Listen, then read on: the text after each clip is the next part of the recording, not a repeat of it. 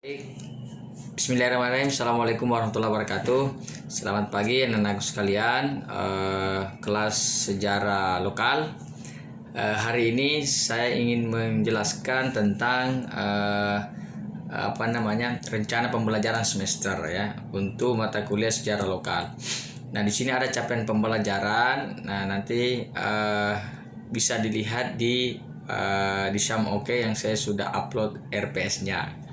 Nah, di situ ada capaian pembelajaran ya, ada CPL-nya ada 5. Kemudian ada capaian pembelajaran mata kuliah CPMK-nya itu ada 11 ya. Kemudian ada kemampuan akhir tiap tahapan belajar ya, sub PMK ya. Itu ada 14 ya. Nah, kemudian dalam perkuliahan ini sejarah lokal itu sangat identik dengan pemahaman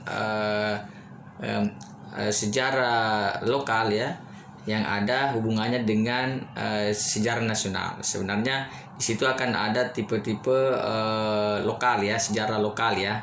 Kemudian nanti kita akan belajar juga ya Sulawesi Selatan pada masa praaksara.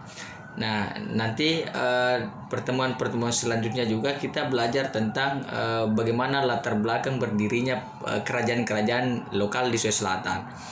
Nah, di pertemuan ke-6 ya kita akan mempelajari bagaimana perkembangan dan keruntuhan kerajaan-kerajaan lokal di Sulawesi Selatan.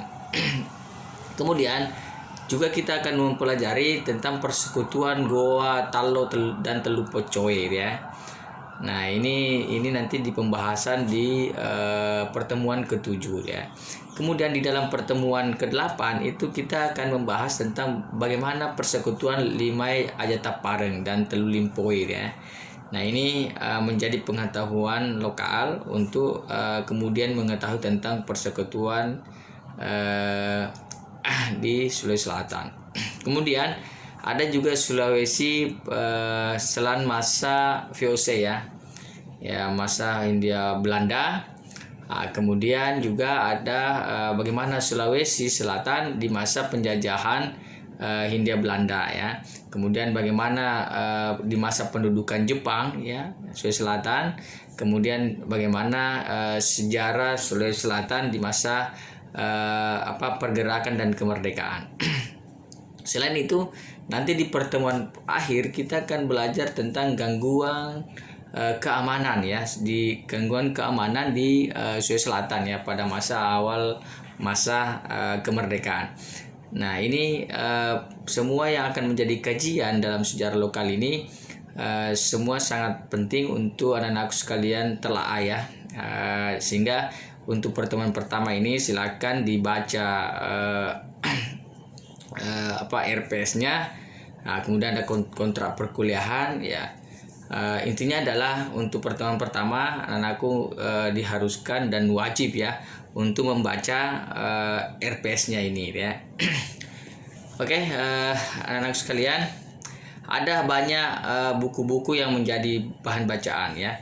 Yang utama itu adalah ya anak-anak sekalian harus membaca bukunya Muhammad Abduh ya. Ini sebenarnya buku yang sudah lama ya, tahun 1981 ya. Nah, ini mengenai sejarah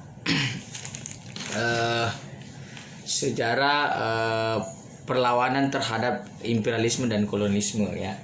Nah, ini di Sulawesi Selatan. Nah, ini menjadi bacaan awal yang mungkin aku bisa baca ya. Kemudian ada Taufik Abdullah ya yang menulis di tahun 2000 yang menulis tentang sejarah lokal di Indonesia. Nah, ini